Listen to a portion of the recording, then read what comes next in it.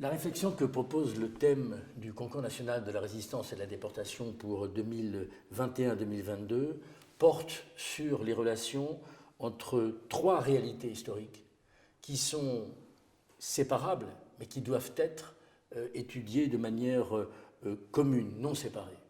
C'est d'une part les opérations militaires alliées, leurs objectifs, leur déroulement, leurs résultats. D'autre part, ce sont les répressions et les déportations jusqu'aux limites les plus extrêmes.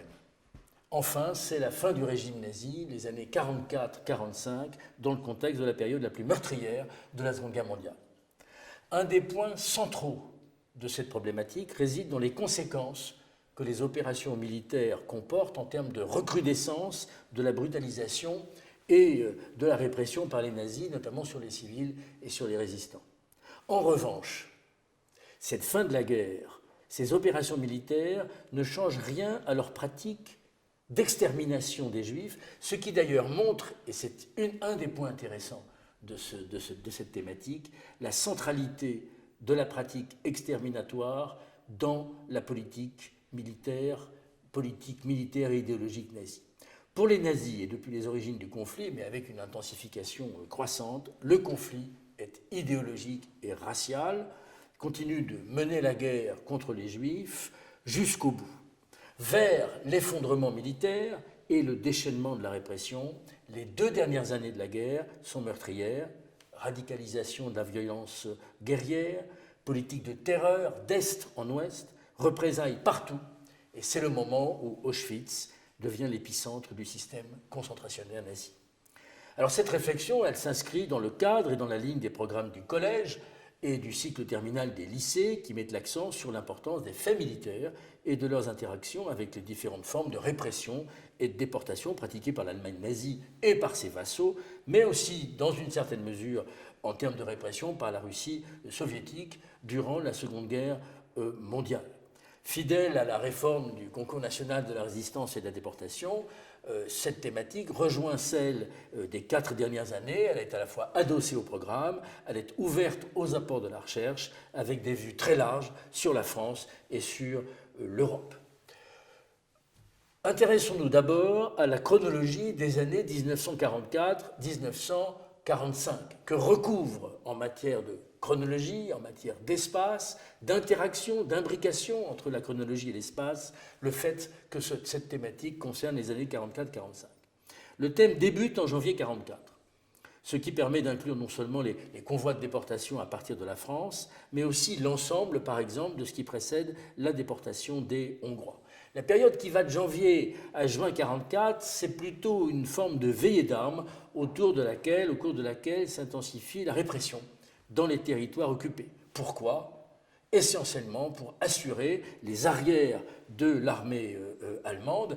Et comment assurer pour la Wehrmacht et pour la SS les arrières de l'armée? En éliminant les maquis dans l'Ain, dans les Glières, dans le Limousin, ou bien en luttant contre les partisans biélorusses, par exemple, sur le front de l'Est. Il y a tout de même un événement marquant. En février 1944, le commandement militaire allemand pour l'Ouest promulgue un texte réglementaire connu sous le nom de décret Sperl, du nom de l'officier général allemand qui l'a signé, et qui transforme fondamentalement les politiques répressives. Ce qui concerne notamment la France, qui passe de territoire ami à territoire hostile et qui doit donc être traitée comme telle. Ces opérations ont également un point commun. Elles s'accompagnent de rafles contre les civils, au premier rang desquels les Juifs.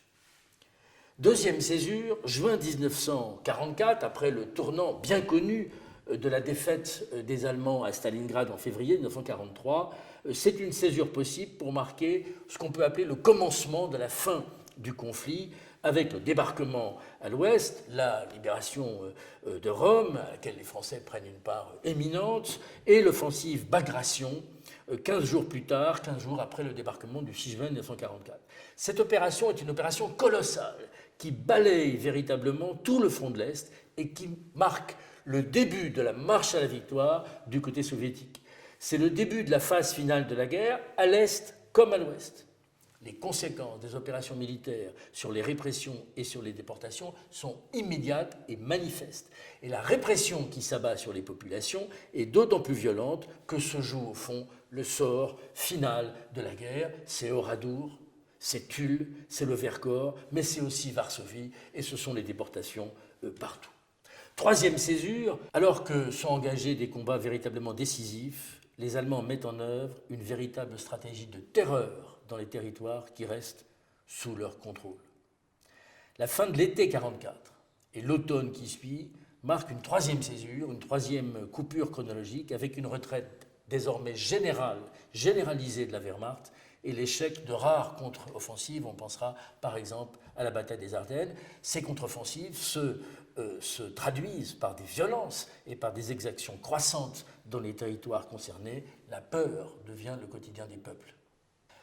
Dernière remarque, la mention de la fin du Troisième Reich, dans l'intitulé, permet de circonscrire le sujet au continent européen et met l'accent, dans un même mouvement historique, sur le moment le plus intense, c'est-à-dire l'échec et les conséquences de la guerre d'anéantissement qui a été lancée à l'Est par Hitler le 22 juin 1941, l'opération Barbarossa.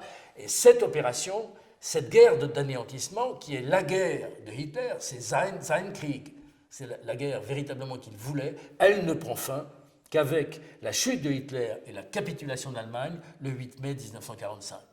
Sur le front de l'Ouest, en revanche, à partir de la fin du mois de juillet 1944, les Alliés piétinent et Paris, par exemple, n'est libéré qu'au mois d'août, quelques semaines avant Varsovie, mais pas dans les mêmes conditions.